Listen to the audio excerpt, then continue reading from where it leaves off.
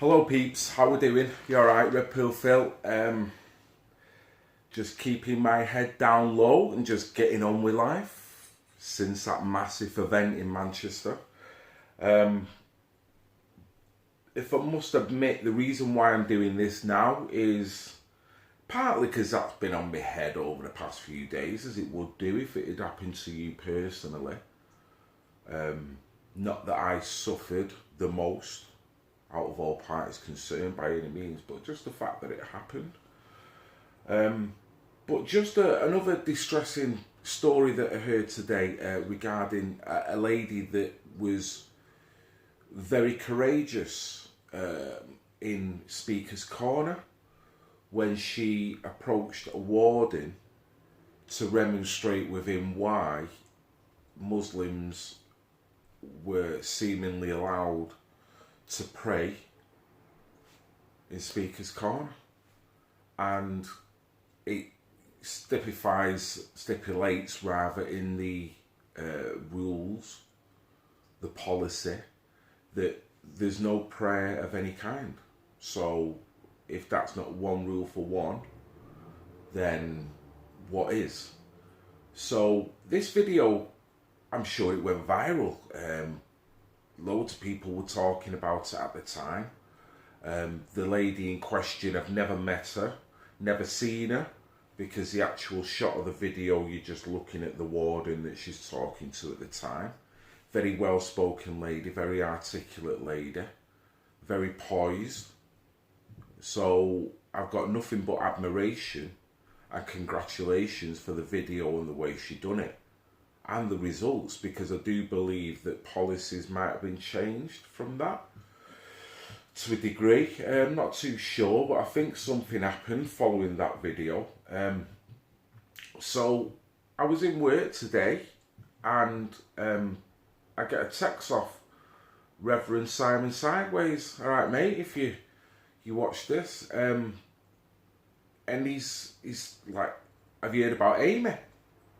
And I'm like, "Who's Amy?" I didn't know who Amy was, you know. And he's saying, "Amy from Speaker's Corner, been arrested."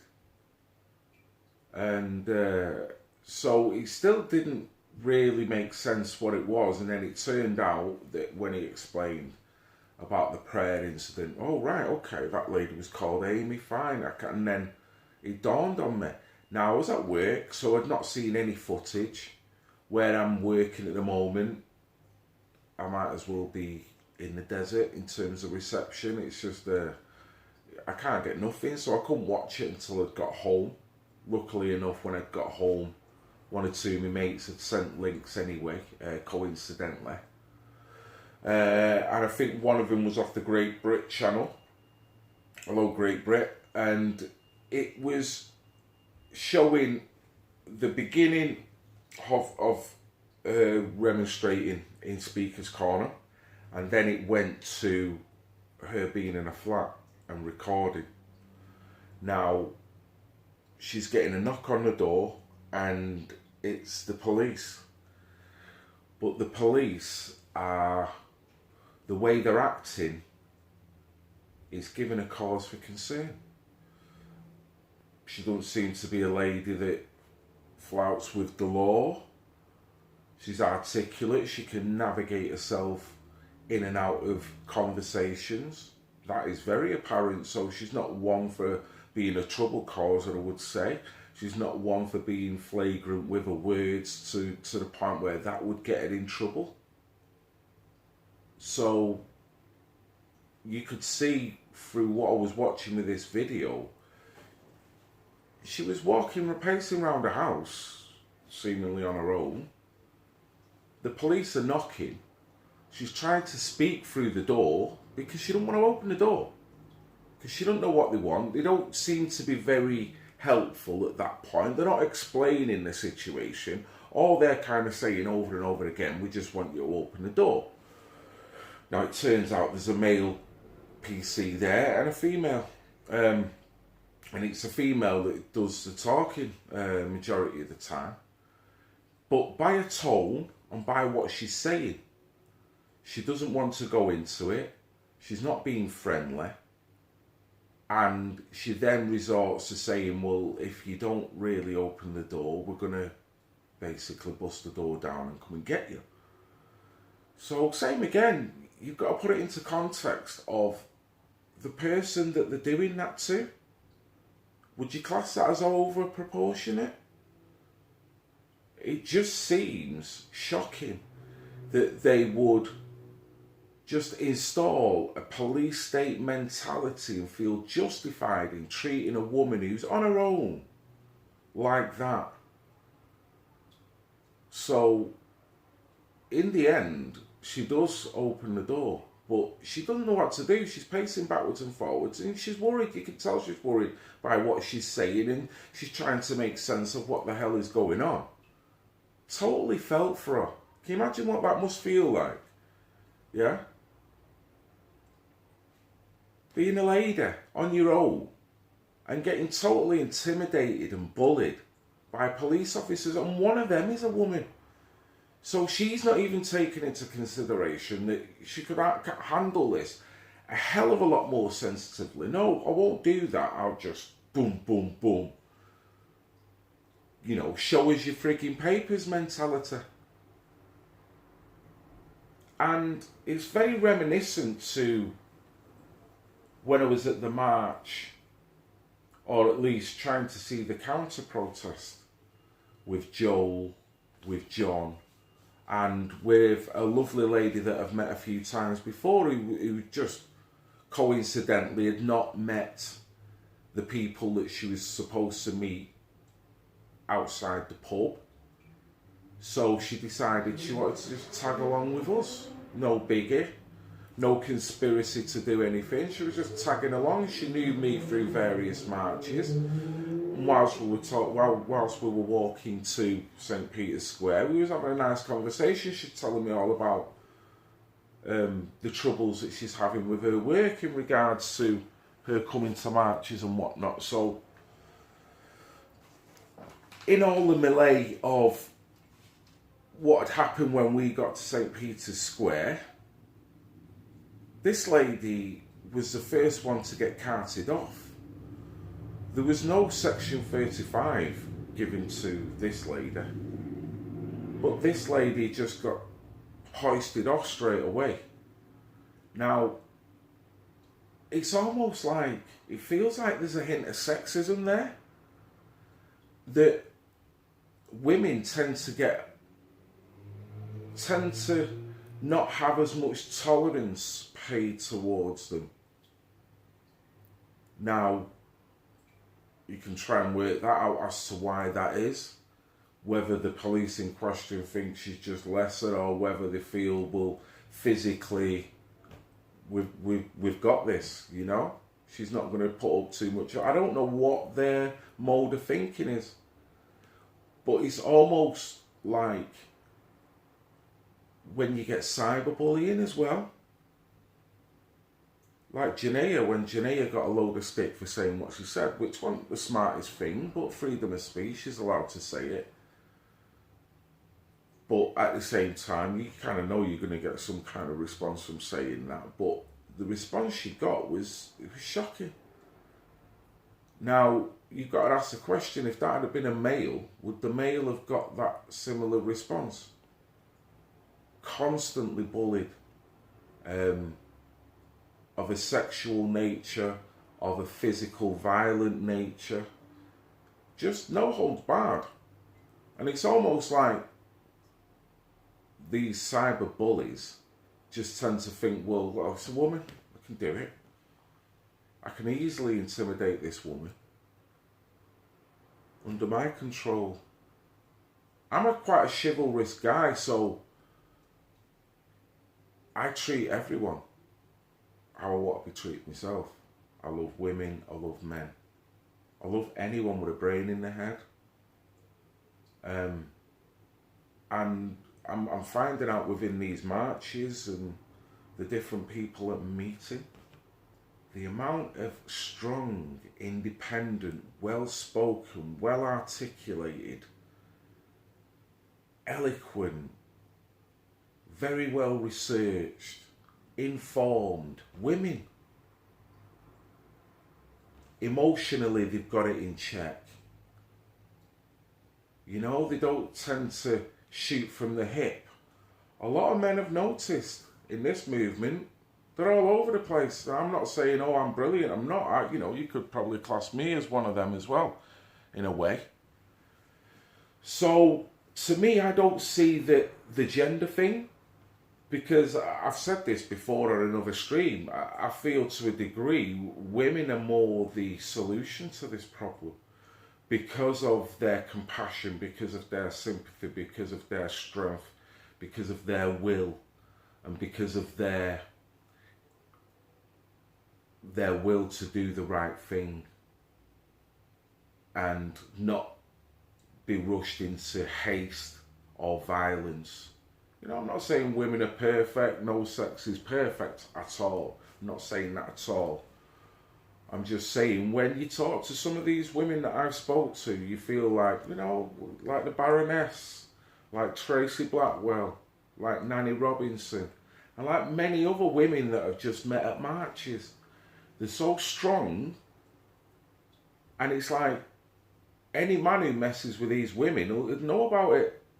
They'd know about it, but the women will be able to deal with it. The women have not got that in that little feeling that would make them go violent or make them get rude, make them say something crass or disrespectful.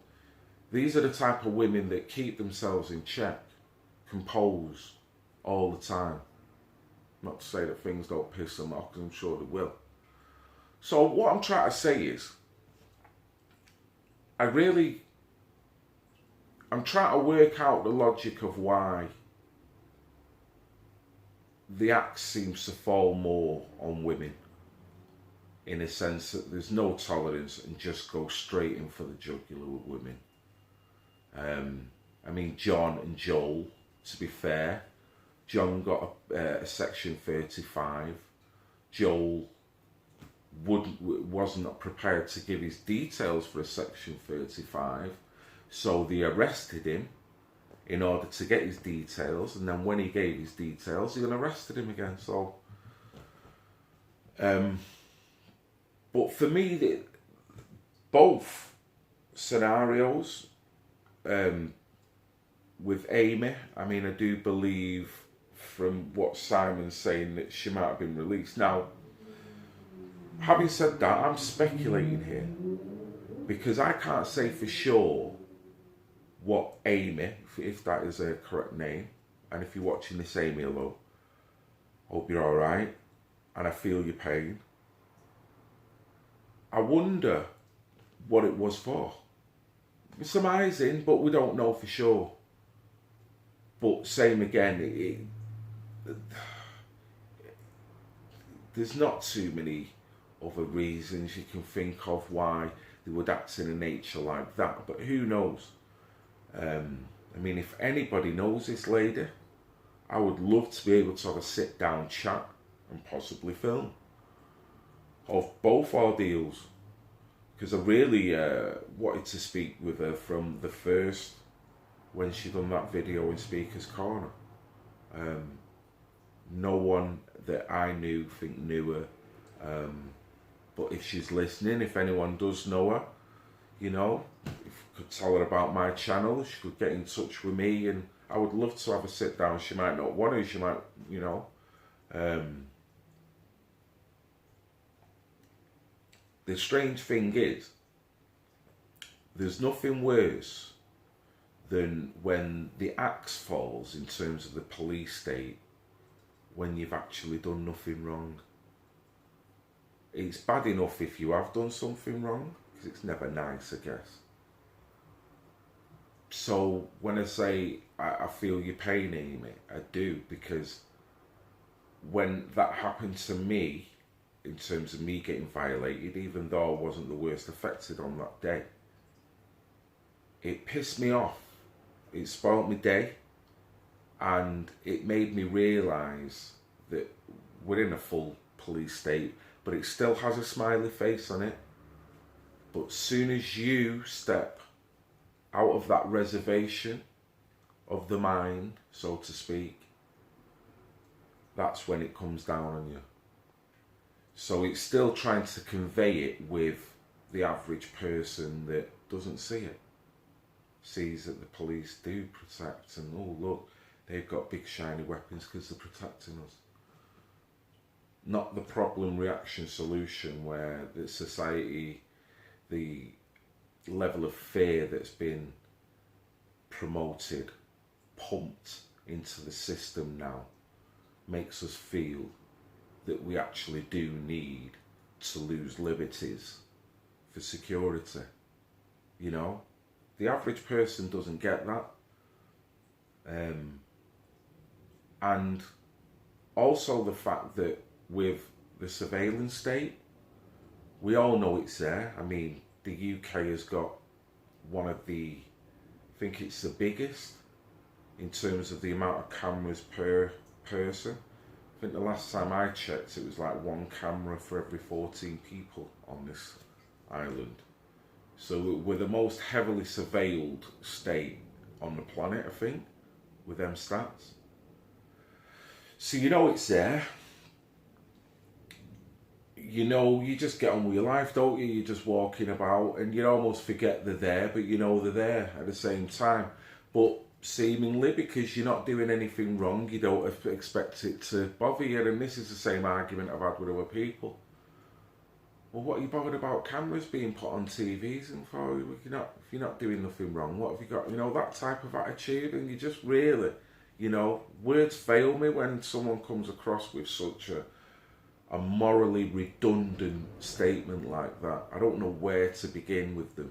I seriously don't. So I kind of end up not going anywhere, because you've got to start right from the beginning and try and instill a bit of a moral compass back again. So we're that heavily surveilled, and when it does actually get turned against you, to the point where the three of us, the police, when we was making our way from the pub to St. Peter's Square, we were told that not only was they looking on live stream, but they was using surveillance cameras. And they had 2 police behind us walk with us all the way from the pub that we was at, which is probably about a 10-minute walk to St. Peter's Square. So we were totally wrapped round in every sense.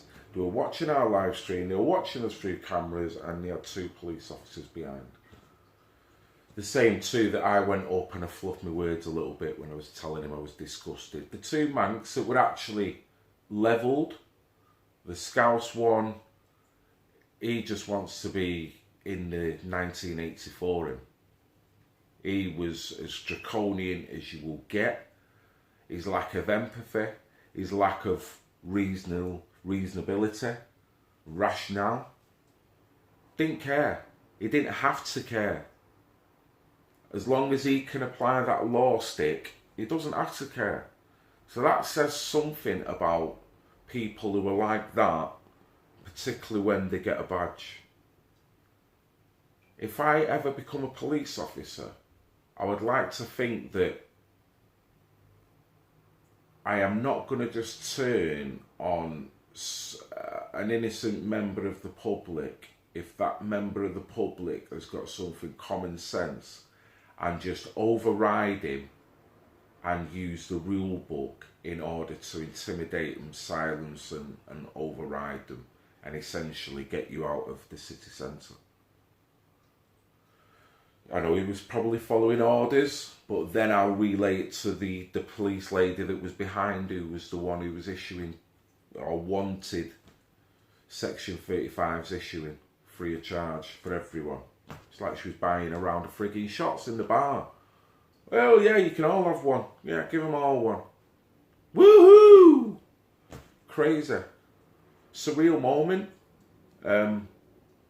So, going back again to Amy. Same again, I don't know what she's going through now. I don't know what it was over. I'm surmising. Probably shouldn't do that, but only because I can almost assume that this lady's got an impeccable character, that such an out of ordinary event like the way the police knocked on there. You know, there's something more to it,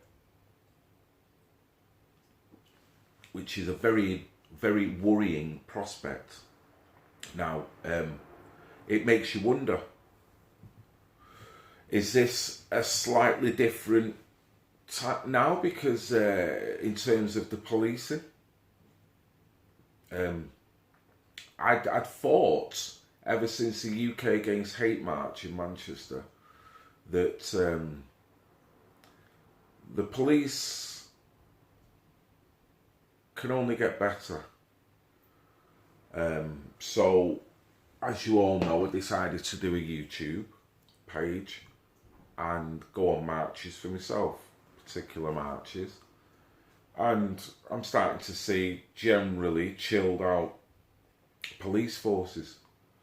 Some are a bit over proportionate in terms of treating us a little bit like we're the wrong ones. I think Bristol, the first Bristol one last year, the way they hemmed us in and the way when we was marching was a little bit out of order, but they did tackle the Antifa very well, so fair play to them. But by and large, Newcastle police, Edinburgh police, Birmingham police had no problems with them. Even Manchester on the Tommy Robinson book signing, there was no serious issues there. Probably the only time since the Manchester event that I was at last week where I can say the police were way out of order was at the Justice for Chelsea march in Sunderland.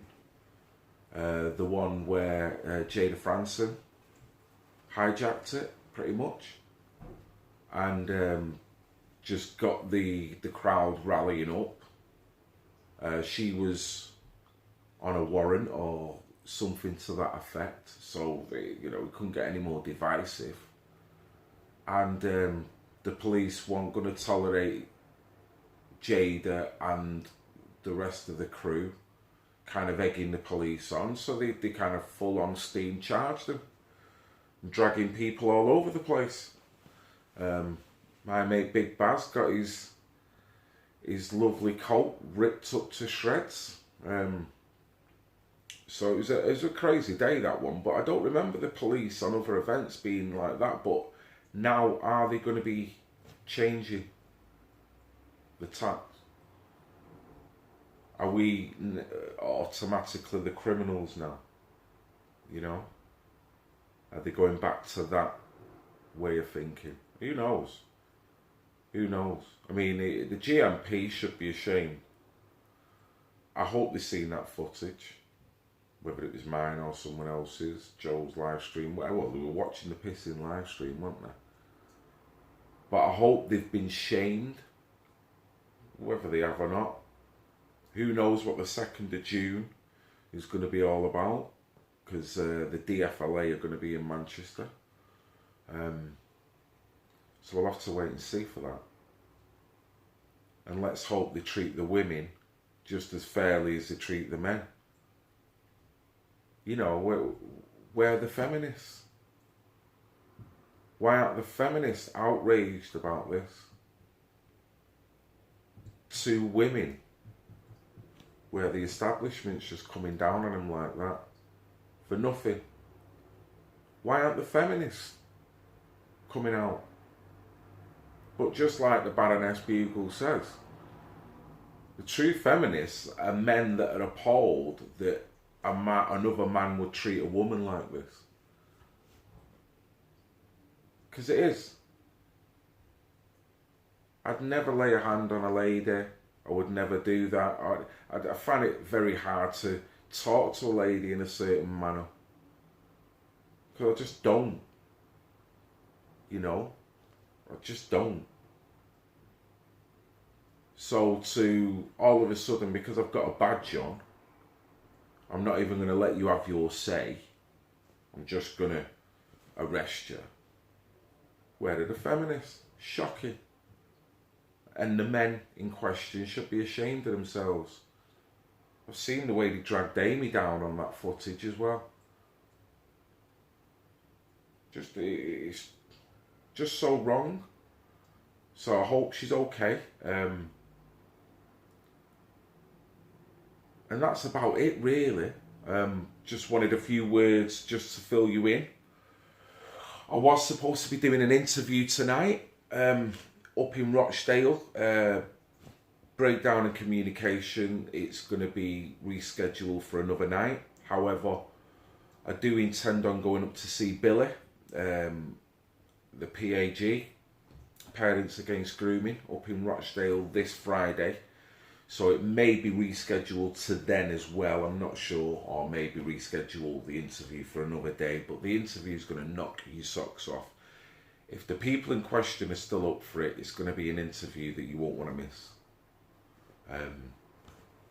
It's going to stretch me, because it's probably my toughest subject to date yet. So, yeah, I thought I'd have right, I'll have the night off, as it were, and then Simon Sideways kind of gets my head back on the game. I'm like, oh, well, if I'm not doing anything, the wife's gone upstairs to get a bath, shoot a video. So I thought I'd shoot a video. So I'm going to kind of wrap it up, guys. One thing I will say, a big respect to my very good friend down there in the south, Eddie. I hope you're all right, mate. I hope you are okay. You are looking like you are getting right into making these videos, and I'm so proud of you, mate. And you are the most chilled out YouTuber I've ever seen. With your jazz in the background, lying on with your head on the pillow, philosophizing. Love it, mate. Absolutely love it. So, people, you've got to check his channel out. Like everyone else, no one's right. We've just all got our own opinions, but my man Eddie talks a hell of a lot of sense. So I think his YouTube channel is called Eddie Is Okay. I think it's all one word. That's Eddie Is Okay. So check him out. Tell him I said hello. And hopefully, I think he's going to make his way up to Manchester on the 2nd of June. So I'll get to see him then. So other than that, guys, I'm going to bid you a good night. I hope you're all doing brilliantly well. Thank you for all your support that I get through the comments section. I'm really sorry I've not been on answering comments over the past few days because one, I've just been getting over what's been going on and I'm just getting on with my life. And really, I did until Simon Sideways got me back in the mood. I was going to put all the FLA incident to bed, leave it, just move on, because I knew that I had this interview seemingly today.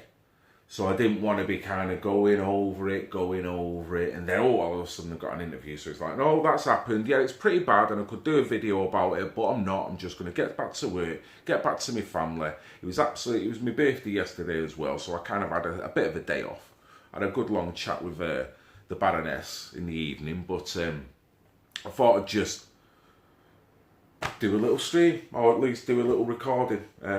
So I hope you like, guys, and I hope it gives some explanation, maybe nothing at all. So yes, what can I say? Next week, hopefully have more material, more content up with what I've been doing in Rochdale. So I'll leave it at that, guys.